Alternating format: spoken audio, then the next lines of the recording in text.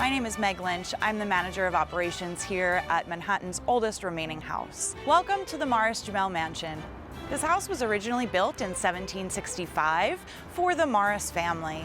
The house sits on the second highest point of all of Manhattan and is one of the reasons why Washington chose it as his headquarters during the American Revolution. But more on that later. The house is now a museum situated inside a New York City public park, and I can't wait to take you inside.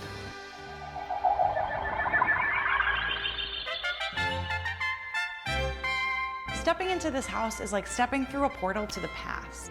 But the story of the house is actually the story of this woman, Eliza Jumel, who was born in poverty in Providence, Rhode Island, and like many people, moved to New York to reinvent herself. History often overlooks women, and one of the current missions of the museum is to expand these overlooked narratives. So it's fitting that this portrait greets you when you enter the main hall of the mansion. When Eliza Jumel purchased the house in 1810, it was already a dusty old colonial house. So she immediately began a campaign to redecorate, thus establishing herself as a power player in New York real estate. This space served as the main artery of the home, but if you were visiting Eliza Jumel, you would first enter the French parlor.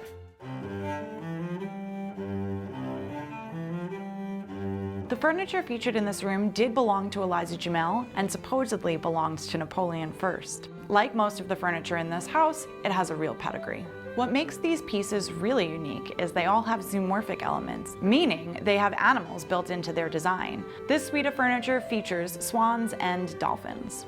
Not all of the marble in the fireplaces of the house are original, but this one is. Eliza Jumel's first husband, Stephen, spent much of his time in France. Therefore, she was granted his power of attorney, which gave her buying power here in New York. Eliza used this to purchase significant pieces of land down in Lower Manhattan. But what really makes this room interesting, particularly for history buffs, is this is the room where Eliza Jumel married her second husband, former Vice President, Mr. Aaron Burr. Yes, that Aaron Burr.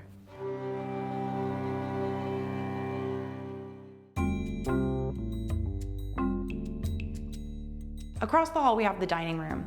If you were lucky enough and Eliza invited you for dinner, you would enjoy a meal here. Historic homes give you architectural clues as to the function that each room served. This room clearly was designed to be a dining room, given the serving alcove that sits underneath this elliptical archway. Eliza Jumel's servants would bring the food up from the kitchen in the basement, place it in the serving alcove, and the meal would be served from there. As far as we know, Eliza Jumel didn't enslave anyone. However, this house was very likely built by enslaved labor, like much of New York City. In 1790, Washington hosted a dinner here, and the cuisine was turtle soup.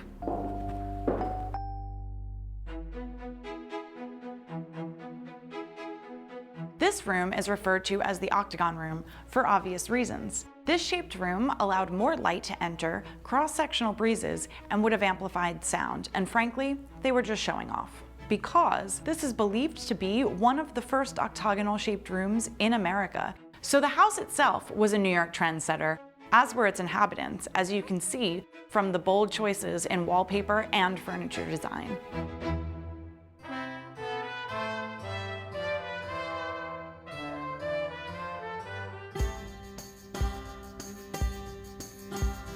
Here on the second floor, the museum is all about community and supporting the arts. But there's still a vast amount of history here on this floor, including the room that Washington used as his office during the American Revolution.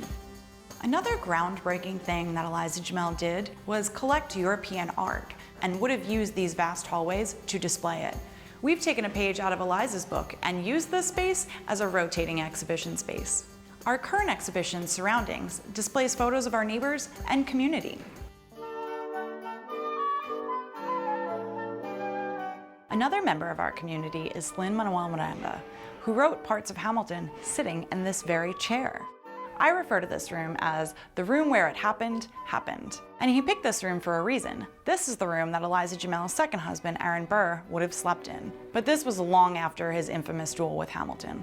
But Hamilton also plays a role in the house's history. He was stationed here in 1776. He was here for the dinner that George Washington hosted in 1790. And many years later, Eliza Jumel hired his son to divorce Aaron Burr. But in the corner, we also have a bust of Aaron Burr's head. We also have a secretary desk or folding desk that Aaron Burr used during his lifetime. We end the tour in Eliza Jumel's bedroom. Born into poverty, Eliza died one of the wealthiest women in America, and she died in the bed directly behind me. The Morris Jumel is lucky in the sense that most of our collection pieces were actually owned by Eliza Jumel. In addition to the bed in here, we also feature her secretary desk, which you can imagine her running her business from, as well as other bedroom furniture pieces. The wallpaper in this room was recreated using a fragment that we found in our archives. This room was designed to be historically accurate and convey the style of a powerful woman.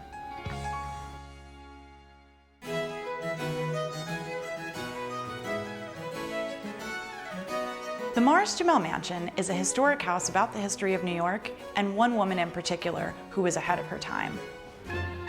But this is also a house for New Yorkers, and we're open to the public, so please come visit.